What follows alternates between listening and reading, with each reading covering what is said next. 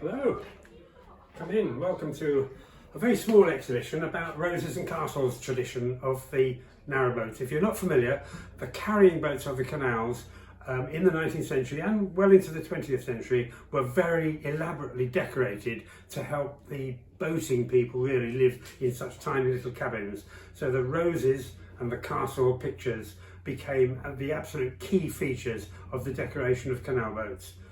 Changed now as the carrying has finished, but nonetheless there's plenty of examples surviving.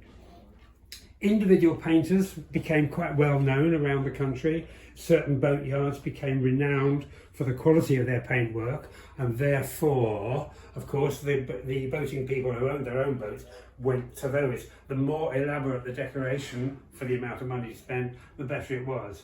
So we've got pictures here from the Braunston area, down in the Midlands, which is very important because one of the last carrying companies of all was operating from there, and they kept up the tradition of the traditional decoration on their carrying boats right to the end.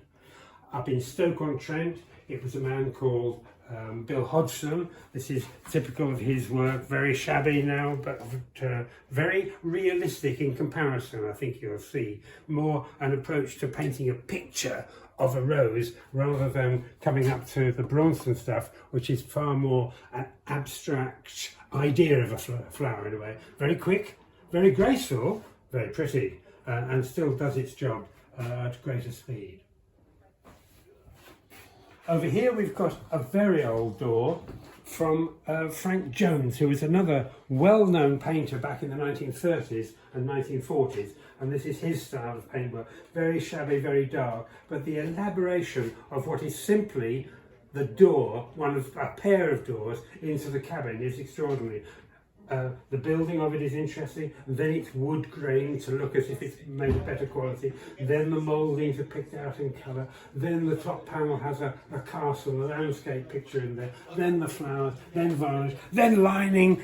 I mean, as just a piece of door, it's extraordinary the elaboration that was developed in some of the boatyards around the country.